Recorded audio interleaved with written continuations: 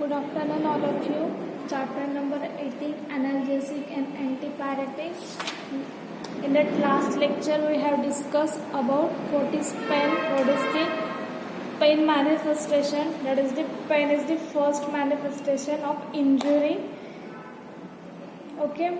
After that, we have discussed about types of various common pains. There are particular located pains. That means localized pain and unlocalized pain. In that कोई particular area में या फिर particular कोई जैसे organs या particular जिस particular area में pen होता है उस रिलेटेड हमने कंडीशंस देखे. ओके, दैट मीन्स जैसे अपेंडिटिस पेन मतलब क्या. Okay, so spasm of accommodation, ठीक है, जो स्टमक पेन वगैरह होता है या फिर कोई जैसे मसल पेन क्रैम्प्स वगैरह होता है, spasm of accommodation. After that हमने पेप्टिक अल्सर देखा. जैसे कि पेप्टिक अल्सर ये हमारे जो हमारा गैस्ट्रिक एसिड सिक्रेशन रहता है वो ओवर सिक्रेशन होने के वजह से हमारा इसोफेगस वगैरह, स्टमक, स्मॉल इंटेस्टाइन की जो प्रोटेक्टिव लेयर रहती है, जो लाइनिंग स्ट्रक्चर रहता है, वो एक्सेस अमाउंट में हमारा गैस्ट्रिक सिक्रेशन होने के वजह से वो लाइनिंग डैमेज होती है, उसके वजह से पेप्टिक अल्सर ऑकर होता है. सो ये हमने पर्टिकुलर मतलब लोकलाइज पेन देखे थे, जैसे कोई पर्टिकुलर एरिया में का पेन देखा था. ओके, सो ये हमने लास्ट लेक्चर में डिस्कस किए थे. उसके बाद में हमने कोई पर्टिकुलर एरिया नहीं है, मतलब this is not well localize but somatic pain. That is the pain of muscle. जैसे मसल पेन कर रहे हैं तो नॉर्मली पूरे बॉडी के मसल पेन करेगा. ओके, या फिर जॉइंट्स पेन, सो वो जॉइंट नी रहो या फिर हमारा कुछ हैंड्स वगैरह जॉइंट रहो. Okay, after that ligaments, tendons and skin. This is the somatic pain, मतलब नॉट वेल लोकलाइज, कोई पर्टिकुलर एरिया का नाम. ओके, सो ये हमने वेरियस कॉमनली टाइप के पेन्स डिस्कस किए. So for that pains there are two analgesic can be categorized in the first analgesic is true analgesics और narcotic analgesics और opioid analgesics. ठीक है, सो ये जो वेरियस टाइप्स के पेन है उसे ट्रीट करने के लिए हम पेन किलर रहते हैं. Pain killer that means to treat pain. Okay, वो और टू रिलीव द पेन. ठीक है, सो दो टाइप के हमने एनाल्जेसिक्स डिस्कस किए. फर्स्ट ट्रू एनाल्जेसिक्स मतलब नार्कोटिक एनाल्जेसिक और ओपोइड एनाल्जेसिक.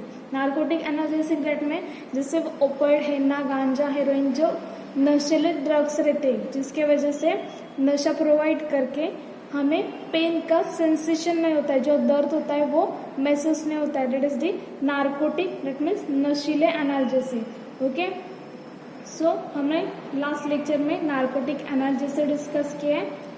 सो नार्कोटिक एनाल्जेसिक में जो मेजर पेन रहते हैं, ठीक है, जो मेजर पेन रहते हैं उस कंडीशन में नार्कोटिक एनाल्जेसिक हम प्रेफर करते हैं यूज करके, जिसके वजह से हमें पेन का सेंसेशन नहीं होता है, पेन महसूस नहीं होता है. ओके, सो जैसे उसके वजह से हमें ड्रॉसिनेस भी ऑकर होता है या फिर स्लीप ऑकर होती है. जैसे फॉर एग्जांपल कोडेन वगैरह, जैसे कफ साइरप, जिसके वजह से हम जो कोडेन वगैरह है, जो नार्कोटिक एनाल्जेसिक है, वो हम एज अ एनाल्जेसिक भी है. जैसे पेन हमें सेंसेशन नहीं होता है, एंटी टिश्यू भी वर्क करता है, that mean to relieve the cough and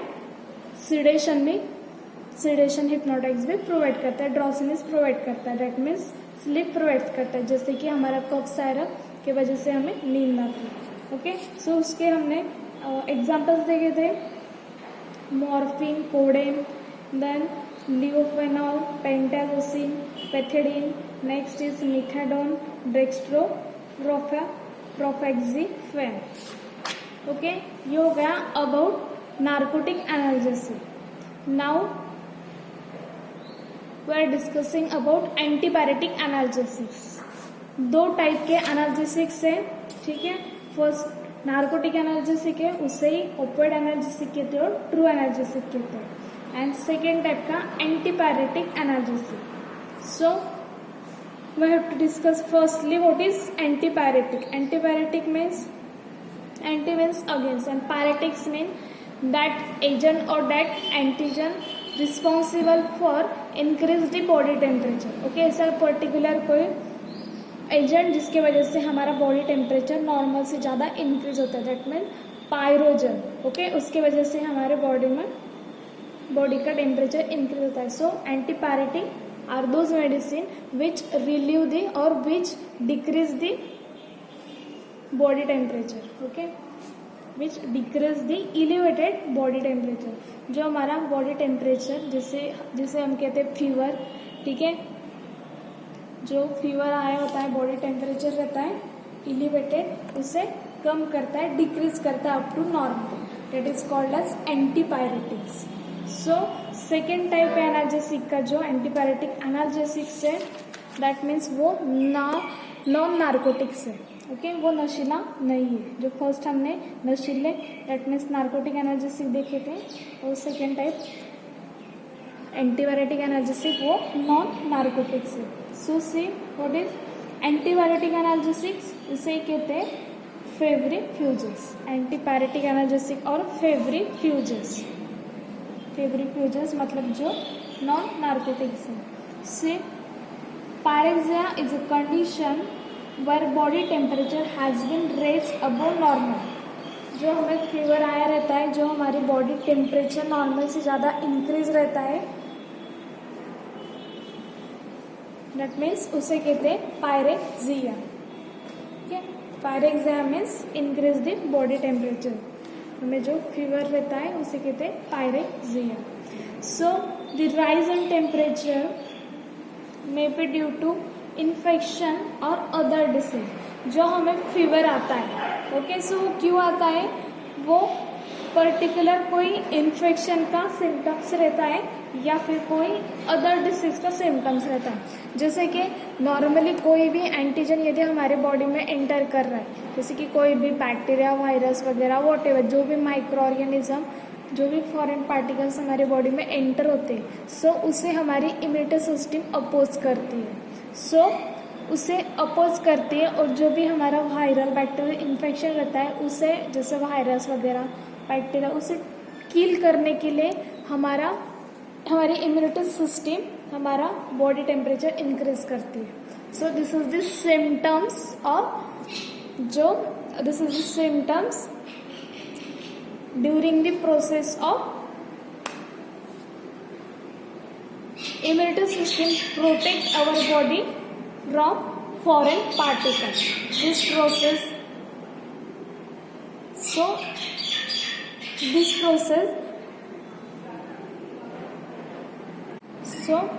जिस कंडीशन में हमारी इम्यूनिटी सिस्टम फॉरेन पार्टिकल को अपोज करती है और हमारे बॉडी को प्रोटेक्ट करती है, सेफ रखती है, सो उस कंडीशन में हमारा बॉडी टेम्परेचर नॉर्मल से ज़्यादा इंक्रीज होता है.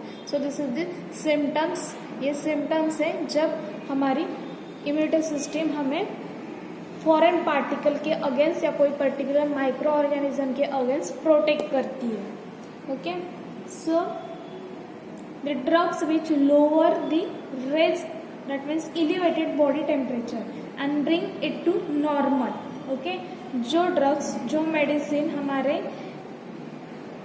elevated means increase, जो हमारा बॉडी टेम्परेचर नॉर्मल से ज़्यादा इंक्रीज हुआ है उससे कम करता है, ऐसे मेडिसिन को एंटीपायरेटिक्स मेडिसिन कहते हैं. That mean those are the medicine which decrease the elevated body temperature and brings it to normal, up to normal तक. ओके जो हमें फीवर रहता है, हम बॉडी टेम्परेचर इंक्रीज हुआ रहता है, उससे अप टू नॉर्मल डिक्रीज करते हैं. ओके सो जो medicine up to normal body temperature decrease करता है elevated, that is called as antipyretics. Okay जैसे कि लास्ट लेक्चर में हमने डिस्कस किया था, paracetamol has 3 categories mainly. That is first is analgesic, that means pain killer to relieve the pain. Second is antipyretic, that means to decrease the elevated body temperature up to normal. That means to हमारा fever वगैरह कम करते हैं. And third is anti inflammatory. Inflammation, that is swelling, so to relieve the swelling, that means inflammation, that is called as anti-inflammatory. ठीक है. So next is these drugs have no effect on normal body temperature.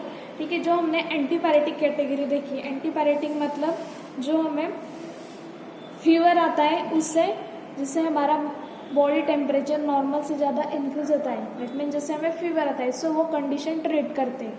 जो body temperature normal से ज़्यादा increase हुआ है उससे up to normal करते हैं. So that is antibiotic. So ये एंटीबायोटिक कैटेगरी का काम है. यदि बॉडी टेम्परेचर नॉर्मल से ज़्यादा इंक्रीज हुआ है तो उसे अप टू नॉर्मल करेंगे. ठीक है. लेकिन second is this drug have no effect on normal body temperature. यदि बॉडी टेम्परेचर इंक्रीज हुआ है नॉर्मल से ज़्यादा तब वो इफेक्ट प्रोड्यूस करेगा, उस टेम्परेचर को अप टू नॉर्मल करेगा. लेकिन यदि कोई पर्टिकुलर पर्सन है कि उसका ऑलरेडी बॉडी टेम्परेचर नॉर्मल है और उसे ये एंटीपायरेटिक मेडिसिन यदि आपने उसे दी, सो नॉर्मल डोज में उसका उस पर कोई इफेक्ट नहीं होगा क्योंकि ऑलरेडी उसका बॉडी टेम्परेचर नॉर्मल है. So C These drugs have no effect on normal body temperature. Obvious normal body temperature पर एंटीपायरेटिक का इफेक्ट नहीं होगा क्योंकि एंटीपायरेटिक बनी ही जो नॉर्मल से ज़्यादा इंक्रीज है बॉडी टेम्परेचर उसे कम करने के लिए. ठीक है. सो नॉर्मल बॉडी टेम्परेचर पर ये कोई इफेक्ट नहीं रहेगा. ऑब्वियस नॉर्मल डोज में therapeutic dosage. So thus they differ from hypothermic agent. Okay. So hypothermic agent अलग है और एंटीपायरेटिक ड्रग्स अलग है. हाइपोथर्मिक एजेंट मीन्स क्या? Those are drugs which decrease the normal temperature, normal body temperature. That is hypo. Hypo means कम, normal से कम. Okay. Thermic means temperature. Okay. That means hypothermic agent means to decrease the body temperature. It is called as hypothermic agent. For example, chlorpromazine, which bring body temperature below normal. So, chlorpromazine ये जो drug है, ये medicine body temperature कम करता है below normal, normal से कम करता है. Okay. So during the use of several antipyretics some drugs were found to be excellent analgesic. So जो जैसे मैंने बताया पैरासीटामोल को 3 कैटेगरी रहते हैं, एनाल्जेसिक, एंटीबायोटिक, एंटी इन्फ्लेमेटरी. सो यदि हम फॉर एग्जांपल कोई पर्सन है जिससे कुछ पेन हो रहा है, कुछ हेडेक हो रहा है या फिर वॉटेवर कोई पर्टिकुलर पेन हो रहा है, हेडेक वगैरह, बैक पेन हो रहा है. ठीक है. सो वो यदि उसने पैरासीटामोल ली सो उसका पेन तो रिलीव होगा ही और उसकी कुछ जैसे थोड़ा सा टेम्परेचर इंक्रीज हुआ होगा तो उसको जैसे उसका बॉडी टेम्परेचर भी नॉर्मल होगा. ठीक है.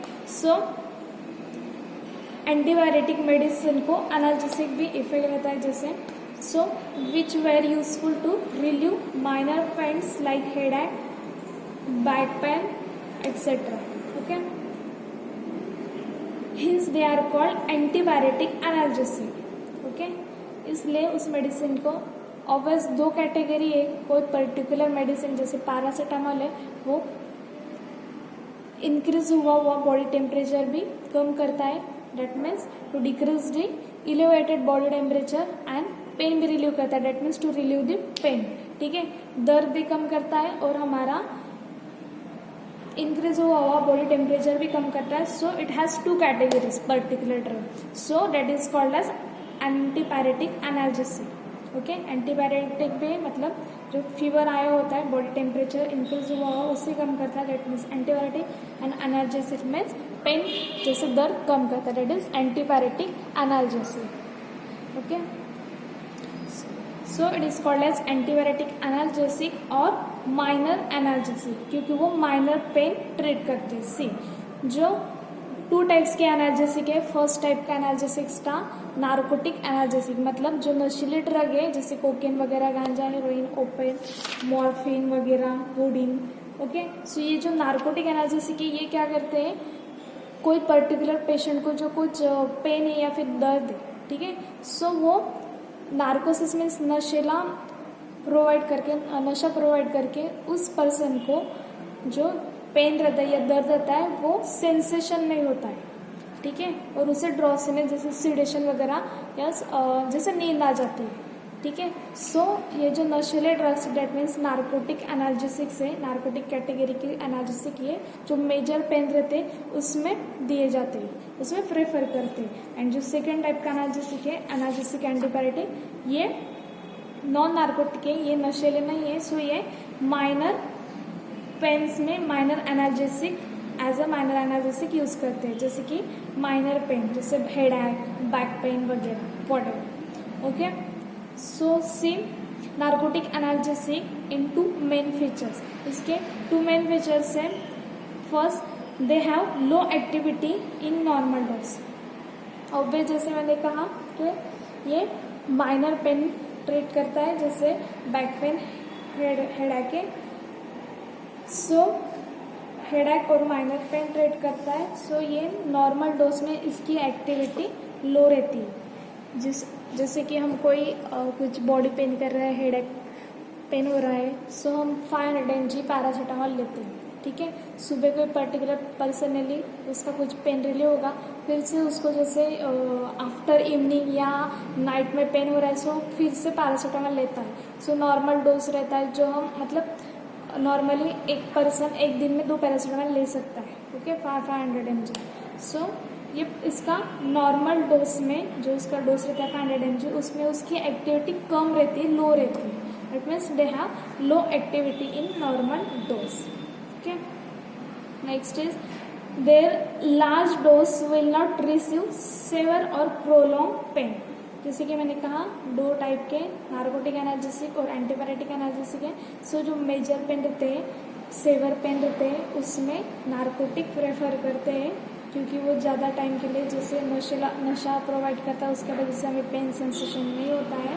सो ये जो एनाल्जेसिक एंटीबायोटिक है, ये their large dose will not receive severe और प्रोलॉन्ग पेन, जो ज़्यादा टाइम के लिए पेन है, जैसे कोई वायरल इन्फेक्शन है।